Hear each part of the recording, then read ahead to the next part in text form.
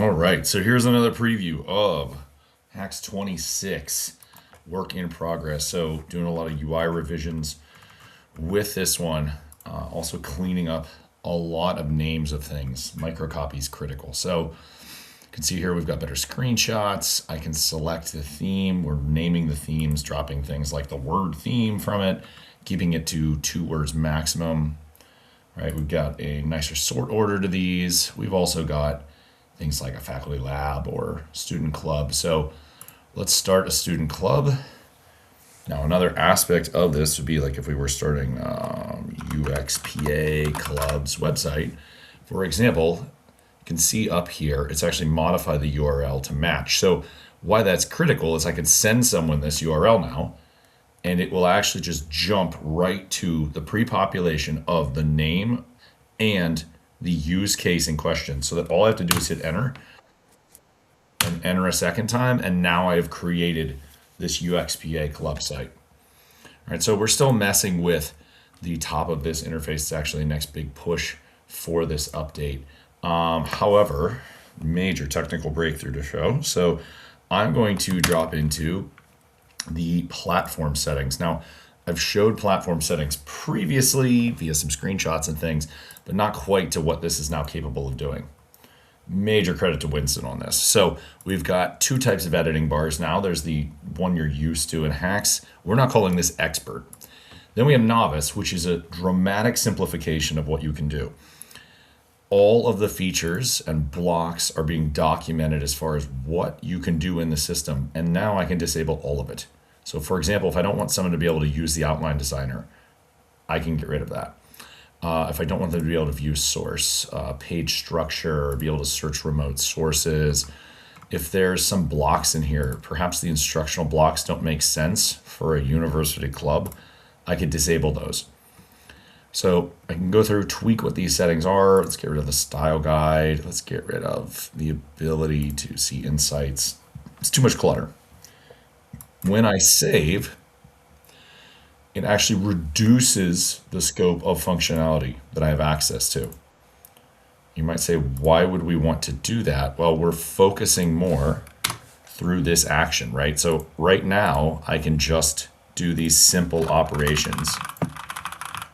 And by refining that scope, right, if we pull the bar up and then we insert a header, right, I've actually made it a lot easier to interface with HAX in this specific use case.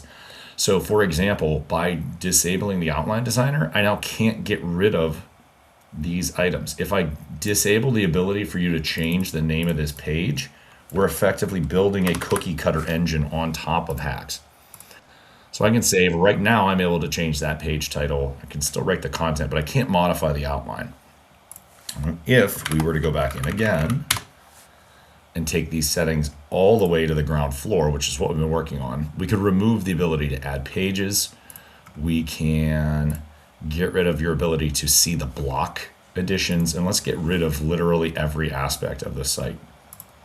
All right, so this is effectively the slimmest you can make the system. Now, you're doing this for you, and you can see there were less options in there. There's less options that show up here. We're removing even more of those.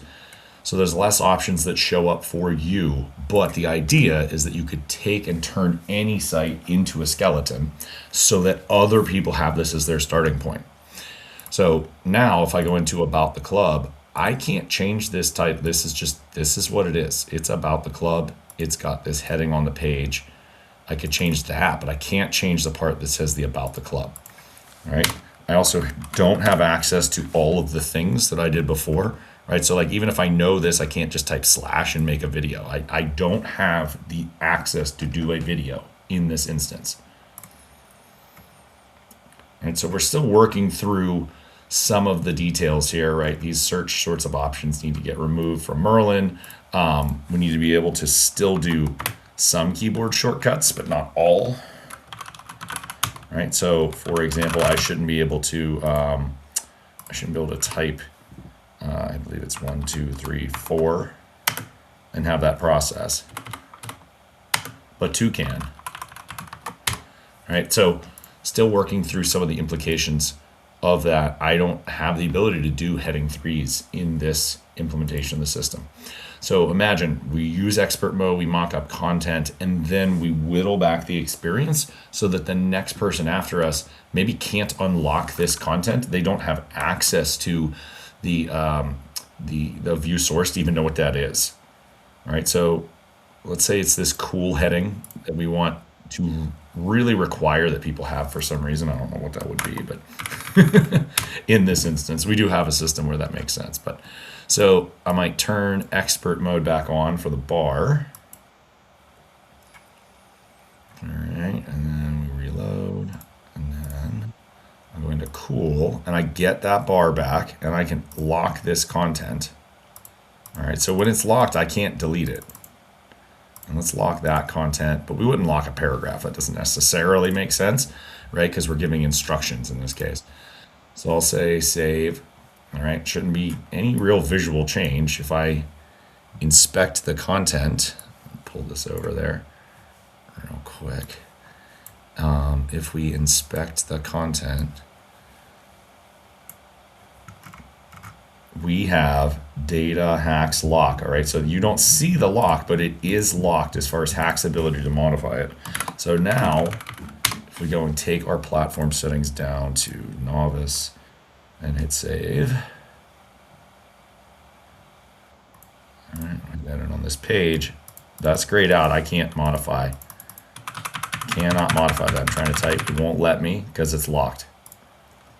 All right, so that effectively enforces certain structural aspects in the content, right? So I could have an image and that image isn't locked, but then the write up next to it of here's an example of the student work allows me to create this cookie cutter experience where people are basically filling in the blanks, which is so much of what you want for honestly just like a very basic website in this case, you know, UXPA Club, instead of doing all the coding of a site. I just want to be able to jump in, make that one change, say who my officers are, update their photos, and then we're good. So this is a preview of where HAX 26 is going. You go to haxaweb.org or join our Discord and learn more about the direction that the platform is taking for the next release, which is going to really open the door for site building and these sort of cookie cutter use case examples, as well as be a lot easier to use, even than 25, which is a lot easier than the version before it.